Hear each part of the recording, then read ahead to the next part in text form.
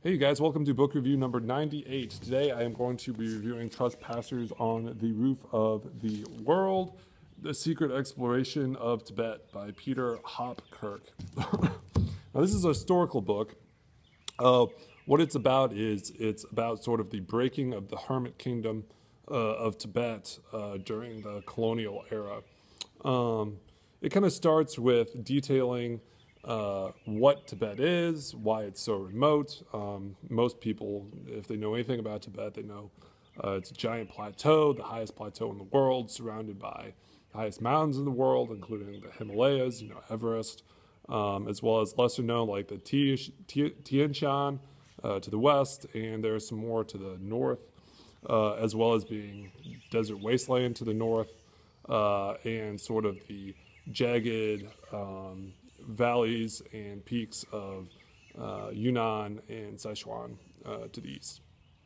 Now I say Tibet was never a colony. That's sort of true, sort of not true. China had always viewed Tibet as sort of like a surgency, well, whatever you call it. They considered it a sub part of their kingdom, if not one directly controlled. They were subservient to the Manchus, but that being the Chinese Empire during this when this book took place. But the Manchus never actually really had very much control over China. Now, if you know anything about Tibet, that will eventually change Chinese control. But for the time being, Tibet, if not recognized worldwide as an independent country, was sort of a de facto independent country, ruled sort of as a feudalistic, theocratic state by the Dalai Lama. The state and the monastery or the Lama hierarchy essentially controlling the country. Now, kind of as you will with the virus that is British, or not just British, but European colonialism, the envelope was pushed, and the British had control of India for a number of years. I want to say couple centuries, number of years, couple centuries. And eventually, even though it was viewed as sort of a barren wasteland that really couldn't produce very much in terms of immediate economics, the British eventually wanted to see who their northern neighbors were. So they started sending, at first, sort of like secret expeditions into Tibet, which later became sort of like wildcatter, independent missions, and which kind of concluded or climaxed in a military invasion of Tibet. But I'm getting a little bit ahead of myself. The first sort of forays into Tibet by the Western world were not actually by Westerners, but were by Indian agents sent as pilgrims, as sort of fake pilgrims, if you will, pseudo-pilgrims, into Tibet to figure out the geography of it. The most famous of this, I believe, being Surat Chandra Das. I believe that's who it was. There were really probably a handful of maybe less than 10 total that did this, or maybe around 10. But Chandra Das was the most famous in that the extent of the time that he spent in Tibet. Now, the person that he was sent in Tibet with eventually mutinied, if you want to call it that, and kind of went to fend for himself to get back to the border, essentially ending his part of the mission, and sold Chandra Das into slavery. Now, up until this point, what Chandra Das had done was the British inventively thinking, they don't want to give away their position because Tibet, being a hermit kingdom and being a very strong hermit kingdom, saw any sort of invader either needed to be immediately turned away, or if they refused to be turned away, they were going to get executed. Like, there was no choice. Either you were going to get turned back or you were going to get killed. So obviously this is very high risk for a spy, and the British wouldn't want to give anything away. So what they did is, to figure out, this is really inventive, to figure out the coordinates of where he was going, they have Tibetan prayer beads, which are on a big, like loop or necklace or whatever you want to call it, sort of like a rosary we have in the Western United States. But normally they are, I think, I want to say like 120 beads, but actually they gave Chandra Das a rosary with 100 beads and taught him to step exactly 1 meter, more or less, every time that he took a step, and to count a bead off every time that he took a step. So by doing this, you could, and even over like terrain that was up, down, all sorts of different angles. And so over time, what you could eventually figure is you could figure distances out, distances between various cities, distances, this and that. He also carried a sextant and a compass, which were in company. They have these prayer wheels that you spin, and normally have like prayers on the inside, but they actually had notes on the inside. And what he did is, I think the sextant they actually put in like a walking stick or something, but in this prayer wheel where they normally put the prayers and spin them around in order to please the gods, he actually put notes on various coordinates and geographical positions. So it was really quite inventive what the British made this guy go through. Early on, one of the rumors of Tibet was that it contained massive amounts of silver and gold. Now, it doesn't really contain any sort of agricultural, that being the big thing in the Industrial Revolution and the colonial era, like cotton from India. It doesn't really have a whole lot of that outside of yaks, which don't have a huge amount of value going over to Britain because the meat would spoil and the furs aren't that valuable. But it was rumored that there was massive amounts of gold and silver and minerals in Tibet. And although around Lhasa, if you got caught digging them up, you'd be executed, the British figured that they could kind of skirt, Tibet's a huge geographic area that's very, even under the Dalai Lama was not exactly the height of modernity, like a message might get across the country in 6 months or something like that, via some, caravan trade or something. So they figured they could kind of skirt around that and do it on the down low if they could find out where these remote locations of all these minerals were. That's largely driven by Montgomery. He was sort of the spear point in getting these people. I should mention with Chandra Das, though. I kind of got sidetracked. So he was sold into slavery after, backtracking, after he kind of initially got into Tibet, after they snuck into Tibet. But through like a 5-year process or something like that, or maybe it was like 3 years, he eventually gained his freedom, was able to figure out where the Sangbo flowed into. Modern history would eventually teach us that that's the Brahmaputra, or at least find the entrance to the Sangbo. He didn't quite know if it was the Brahmaputra, but the British were able to guesstimate further from there by knowing the information that he eventually got. I think he even got into the capital. I think he did get into Lhasa, kind of tell about some of what was going on there, and eventually gained his freedom and came back to India, at which case they gave him almost no recognition. If this had been a white person, he would have been the Royal Medal of Honor at the Royal Geographic Society and would have been praised, the hero, and had millions of dollars. But he essentially went back into poverty, and it was only a few years before his death and 25 years or so after the exploration that the British government gave him a larger pension and kind of begrudgingly recognized his early contributions to explorations of Tibet. But the British were getting frustrated because, frankly, they could get some information, but the Tibetans made it clear that they were just completely stonewalling the British. It was rough. And so the British actually put this exploration of Tibet on the back burner for a little bit. But with this sort of initial grain of knowledge about Tibet, it really fired people's imaginations. At which point you started getting the wildcatters, and they are awesome. Well, I don't know if they're awesome, but they're certainly an eccentric breed that breeds interest into a story like this.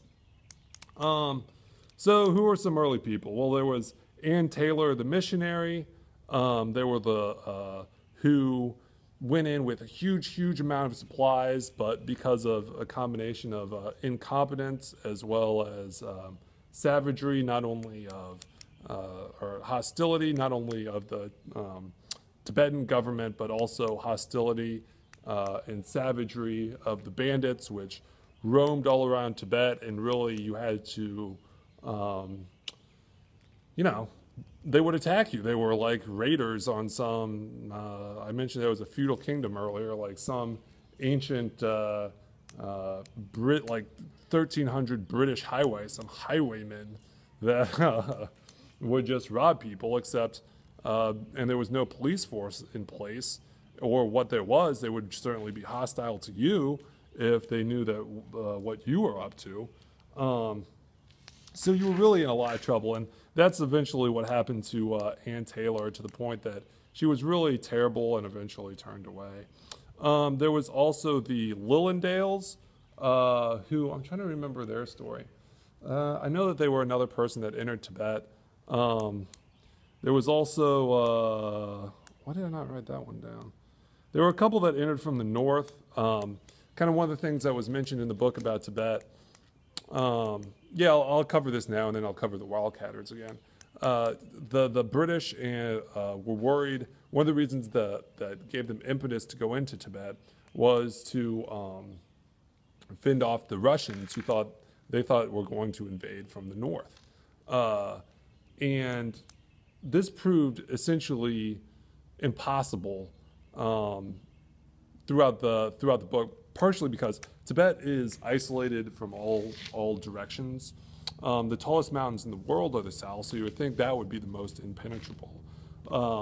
But it's actually the north that has a much longer geographic extent, of wasteland, until you get to sort of the economic or cultural heart of the center of Tibet, around Lhasa and the Sangpo River. The east also being somewhat accessible, but that was all Chinese domain, so there were really no, at least Western, risks of invasion from the east.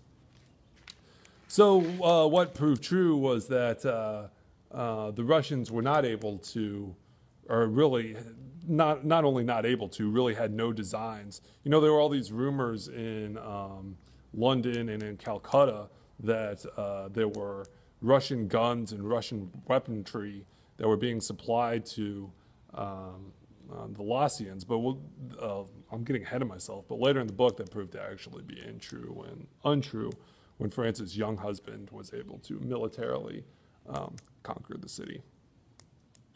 But getting back to my point, so the north was very hostile. You had some people come in from the south, but that was largely guarded. You had some people come in from the east, but that was Chinese territory, so you had to deal with the rigmaroles of Chinese bureaucracy. You had some people come in from the north, where they kind of went through China, but were able to pretend that they were going elsewhere before they eventually turned south to go into Tibet. And you had the Russians from the west, who really never amounted to anything. So there were some from the north, some from the south, but I guess the point of all of these wildcatters is that because they weren't expeditions, they all failed in various ways because they didn't have negotiating power when confronted with the Lhasan army. Now, the army of Lhasa was pretty meager, but when you're a group of 10 or 5 or however many explorers versus an army of, say, 100 that have medieval weaponry, or 200 or whatever, the small army of Tibet was, even if you have modern weaponry, you're going to be overwhelmed. There were various various ways of being kicked out. I mentioned Ann Taylor suffered, but she was able to get back. The Lillandales suffered; they were able to get back. Détruel de Ruins, who was actually the one French explorer, the British have all the luck. He was the one that actually died. He got shot in Tibet and died. And his story is kind of interesting too, in that it was almost like a shootout at the OK Corral. You know, it's Western shootout, except it was happening on the Tibetan plains in the late, I guess that would have been about the same time that the West was being settled, maybe like 30 or 40 years later in the United States. But it felt very much like a Clint Eastwood Western, this guy dying with all these horses around and matchstick, you know, weapons or lockstick rifles or whatever. It's pretty crazy. The one I did mention, Chandra Das was able to get into the city. The first quote-unquote non-Westerner or Westerner, but he wasn't really a Westerner, but somebody that was truly from an independent country was Ikai Kawakuichi. I'm sure I butchered that. Was Japanese and actually disguised himself, and because he was of, as Japan is, Eastern Orient, he was able to actually get enough leeway from the Tibetan government to convince him that he was a pilgrim. It being much harder for a Westerner with a white face and the features that we have to sneak into the capital, and I guess it didn't really happen. Let's see, kind of the two most interesting stories, though, are Susie Reinhardt and Henry Savage Landor. Susie Reinhardt, essentially they were missionaries also. They were a little bit of klutzes, they set out not being prepared. But what's kind of tragic about their story, and heart-moving and wrenching and stupid, was that they brought a small child along with them. And the child, when being confronted by the Lawson army to stop, don't proceed any further. The child actually died before they were stopped by the Lawson army. But when they were in the highlands of Tibet, the child succumbed to, they don't really know, but they think it had something to do with altitude sickness as well as a weak immune system, as childs do have, which I don't know why you take a child over 17,000 foot high passes, but you know, I guess if you're feeling the word of God, you're really feeling it. So yeah, her story was interesting, but really the most kind of pre-Francis Younghusband story was the story that I found the most interesting, was the story of Henry Savage Landor. And the reason it was interesting was he was sort of like the Mel Gibson of explorers, and he was so deluded about and so grandiose, delusions of grandeur about how he was going to take them. Now, he started off somewhat normal. You know, he planned well. He was able to get into the country from the southern route. But what it really kind of became interesting was when he was captured, and they would torture him. They would torture his two servants. And he initially started out with a party of like 30, and all but 3, or all but 2, I guess, abandoned him at various points. So by the time he was eventually captured, it was just the 3 of them. And one of them was a leper, one of them was his faithful servant, and Henry. And they tortured him.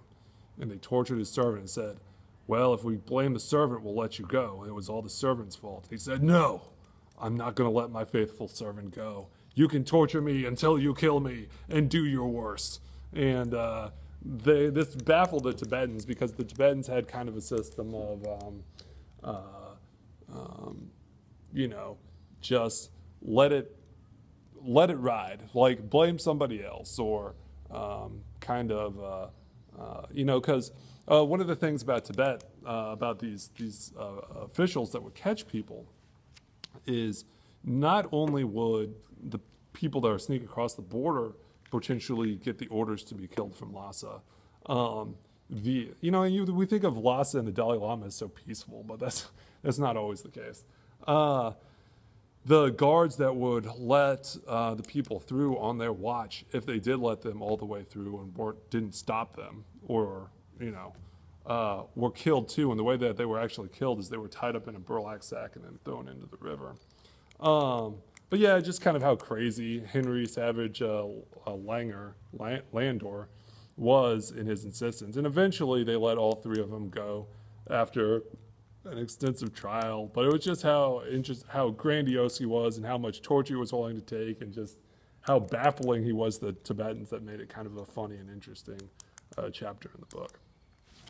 So the meat of the book really has to do with Francis Younghusband. I might have to cut it a little bit short because I'm running short on time over here.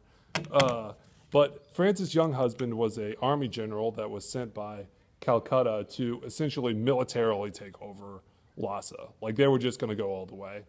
And kind of what was interesting is that he had a full army. Now it wasn't a huge army, but I think it was like a couple thousand maybe, or like 1,000 or something like that. With or maybe even like 500 or something. With full modern weaponry. And what really started happening was there was systematic slaughter in battle after battle now. One of the things about Younghusband that impressed the Tibetans was after the battle, they engaged in the European technique of being merciful to the captured and the wounded, whereas, in Tibet, it would be assumed that they would just all be killed. But during the battles themselves, when the Lhasans were fighting, they just didn't have the weaponry, and it really resulted in slaughter after slaughter. And there's an extensive history of all the different places they kind of and struggles they went through. I think they went in the wintertime, which was really stupid. Like, why would you do that going in the summer or the spring or the fall? But his men were really cold and they suffered. But in terms of threats to their actual safety, they were minimal. I think it's estimated that thousands of Tibetans died in the invasion of Tibet, and there were less than like 20